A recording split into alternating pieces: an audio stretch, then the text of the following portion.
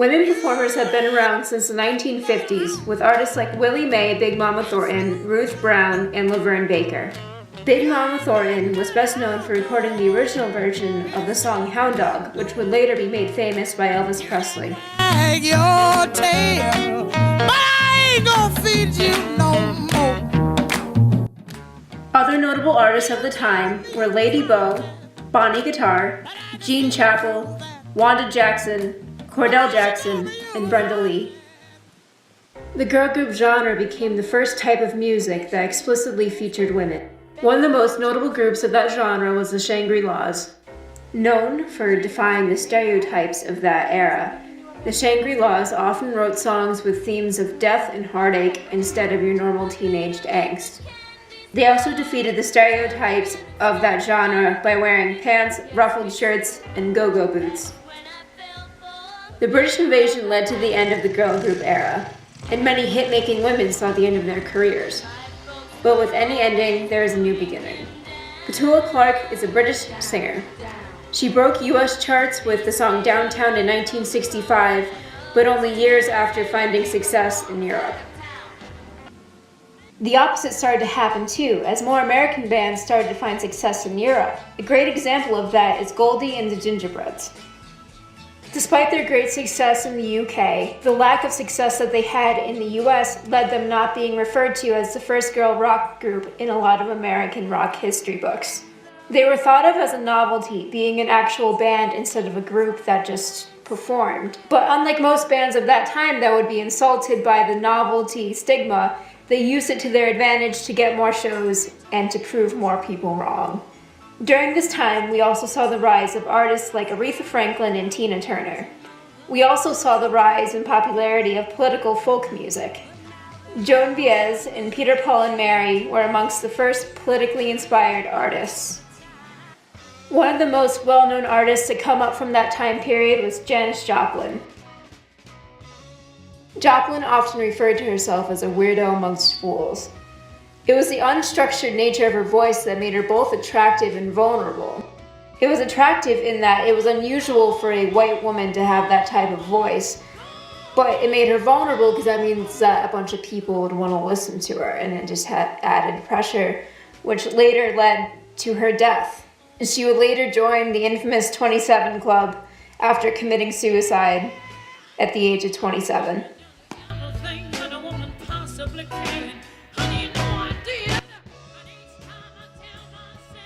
The 1970s also saw the start of what would be called the sexual revolution.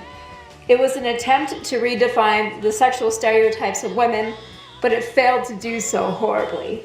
In fact, most women of that time thought that the movement was started by men. As Selma DeLeo said, the sexual revolution was a battle fought by man for mankind, while womankind is left holding the double standard. Women also upheld the double standard by performing songs with themes of submissiveness and songs that promote the importance of men. But Helen Reddy's song, I Am Woman, openly embraced feminism, thus causing a lot of controversy. It differed from many other protest songs in that it had this really upbeat pop melody and was optimistic instead of angry. With the popularity of feminism on the rise, the image of women in music started to change drastically, especially for women in rock music.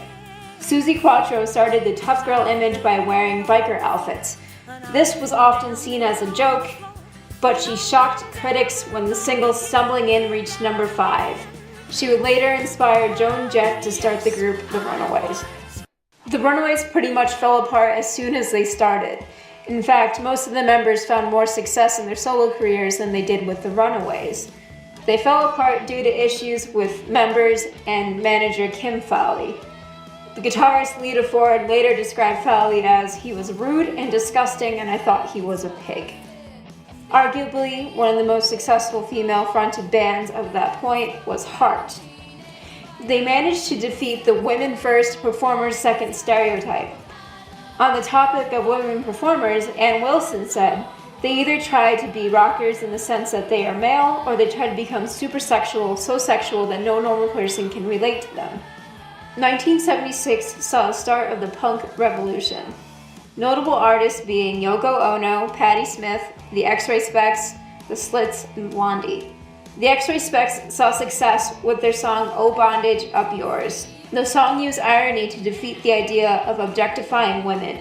Responses from male critics at that song were not that positive. They often jabbed at the singer, saying that she had braces, a brain, and no visible boyfriend. They actually tried to insult her by saying that she has a brain. This would start the post-punk revolution. The Go-Go's were the first all-girl band to have a #1 album. They started off as a punk group, but they realized that the freedom of punk music didn't extend to females. The 80s actually saw a breakthrough of women performers. Chrissie Hynde of the Pretenders and Pat Benatar are amongst the most successful. Pat Benatar was a more calm version of the tough girl image, and she actually co-wrote or wrote most of her songs, which was rare for anyone in that time period.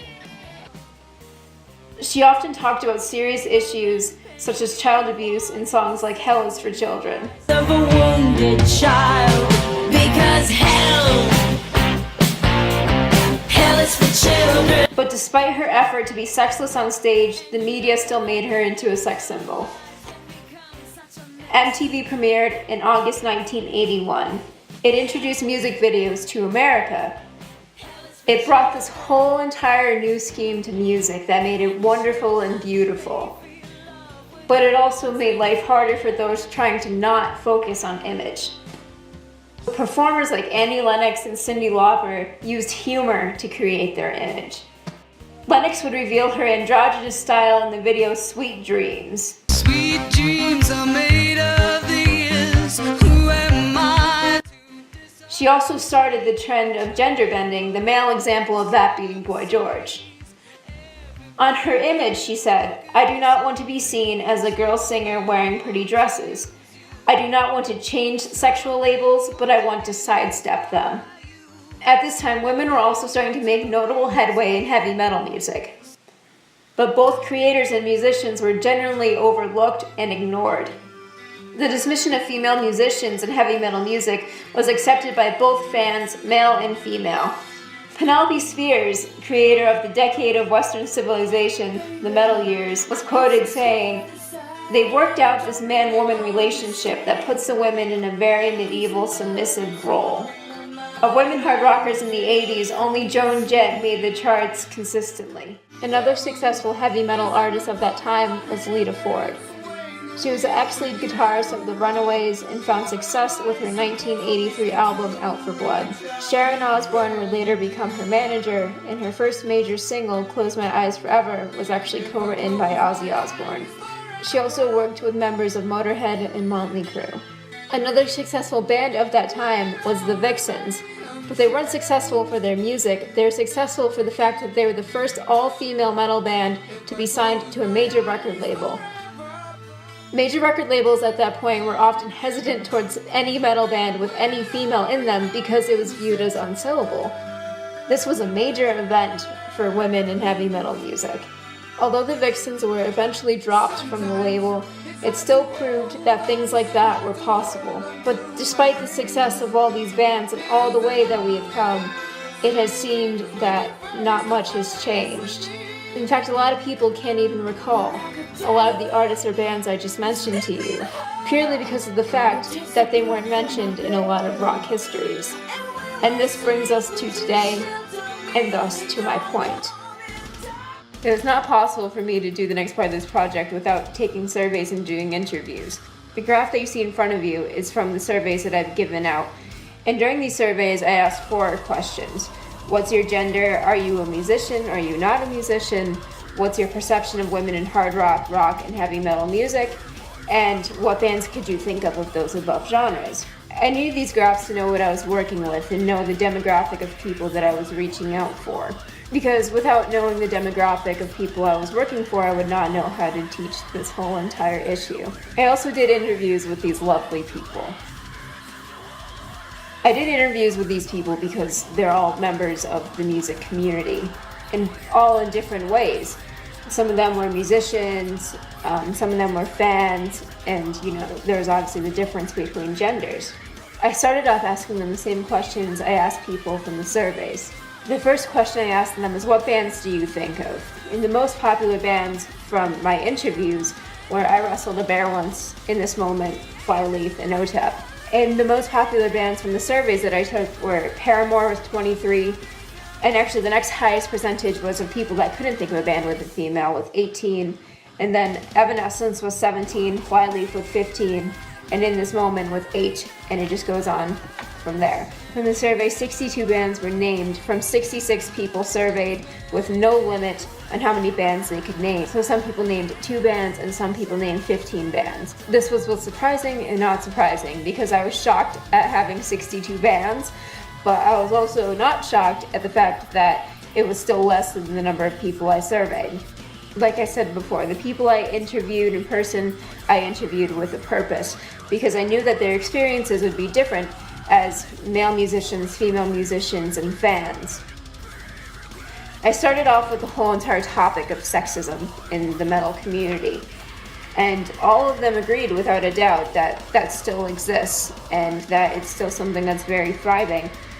But they all agreed on it in different ways, so they all had different opinions on where sexism lies and how it lies. One of them actually brought up the fact that he thinks that sexism lies more on the front woman, so on the singer, where the singer feels more pressure to do and be certain things, whereas if there was a woman that was playing the drums or the bass, that they don't have as much pressure. They both agreed that there is pressure on women to be something else, but they disagreed on what that something else was. Some of them thought that women felt more pressure to be more manly, and actually one of the people who thought that was indeed a woman herself. And other ones thought that they felt the pressure to be more sexualized, which is something that I always thought would be what people would think. Well, the thing that I found most shocking about the interviews was the difference in stories that people told from experiences playing shows.